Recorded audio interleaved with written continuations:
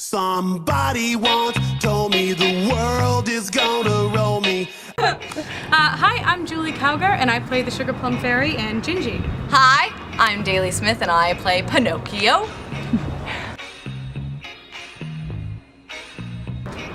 Well, I did the basic research by watching the Shrek the Musical movie and listening to interviews that John Tartaglia, the original Pinocchio, had done, and kind of trying to figure out how he made his voice in that falsetto range. And I also watched basically every single Pinocchio film, TV show that you could watch, and I really learned more about the actual backstory of Pinocchio rather than just the Disney version that everybody knows and of course loves.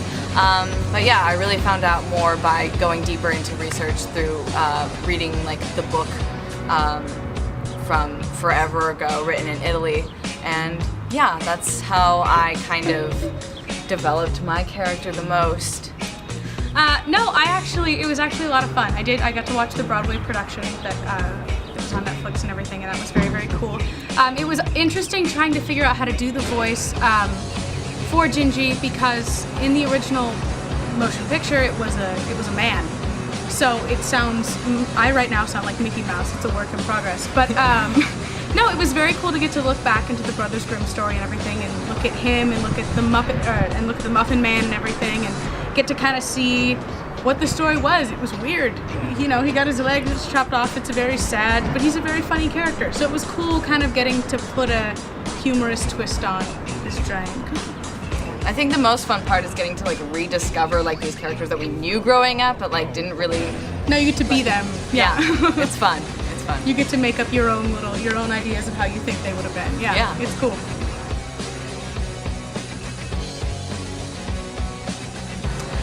It's interesting. This is actually not the puppet we're going to be using. He's got holes and he's got a glove and everything. And what happens is I stick my hand through the back of this, and this hooks on to a big truck we're going to be using in my scene with Farquaad. And it's interesting because all the choreography I've had to learn with one arm. And everything else that I'm doing, if we're jumping to the right, he has to jump to the right. And there's all kinds of different, I'm singing and I'm singing with him. And it's hot. My hand is hot.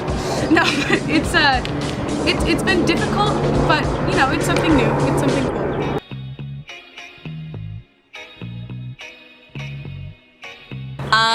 It's fun, I can tell you that. I'm very excited to actually get all my moving parts, like my nose that grows and all that good stuff, and have everything on me. It's hard deciphering between whether you want to take the puppet in a more gangly marionette-like sense, or if you want to be stiffer, kind of more like a talking puppet, rather than one on strings. But I think that all the elements together make me very stiff because I am a wooden boy, and I think that plays into my physicality a lot. I try to make sure that my joints are always like bent a little bit, and that also goes into the choreography as well. If our arms need to be extended, I don't do that, and I can't because my joints don't work that way. So it's interesting to kind of like find out my limits as a puppet, and work that into what we are doing in Shrek.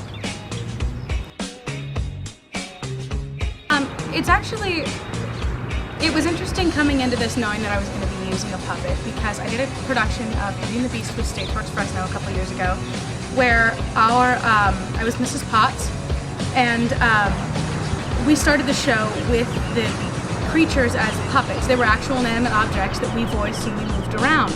And we got to work with a puppeteering master, and he helped us, you know, how you move a puppet, how you know, that when they're talking, you're looking at them. You pull all focus to this thing. And you have to live through this puppet, through this thing that's on the end of your hand. And it's a challenge acting-wise, because I can't move his eyebrows. There's nothing I can do expression-wise with his face. And it's been a huge challenge, and I've loved getting to connect the work I did with that to working with Gingy.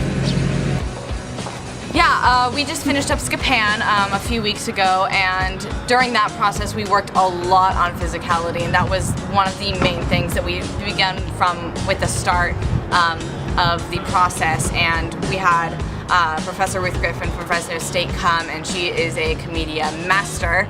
And it was really great getting to work with her, and it's changed the way that I act forever because now I'm so much aware of my body and my core and all that stuff, and that really helps, especially with these kinds of characters that are so physical, that it makes you so much aware of how your body works and how you look when you do stuff.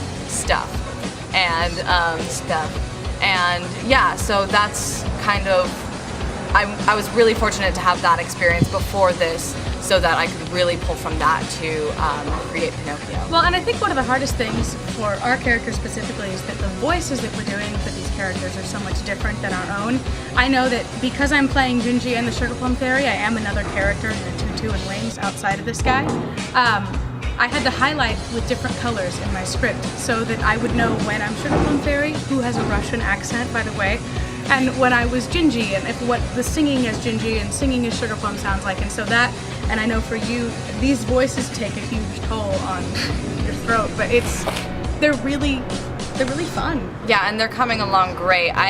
The biggest thing for me is, since I am a girl playing a wooden boy who it has a high voice, it's hard to kind of find that medium between I'm a boy sounding like a falsetto sound, or I'm a girl just talking in a high voice. And so I've worked a lot with trying to find my placement in my throat and in my mouth to try to make that sound more masculine-ish than feminine.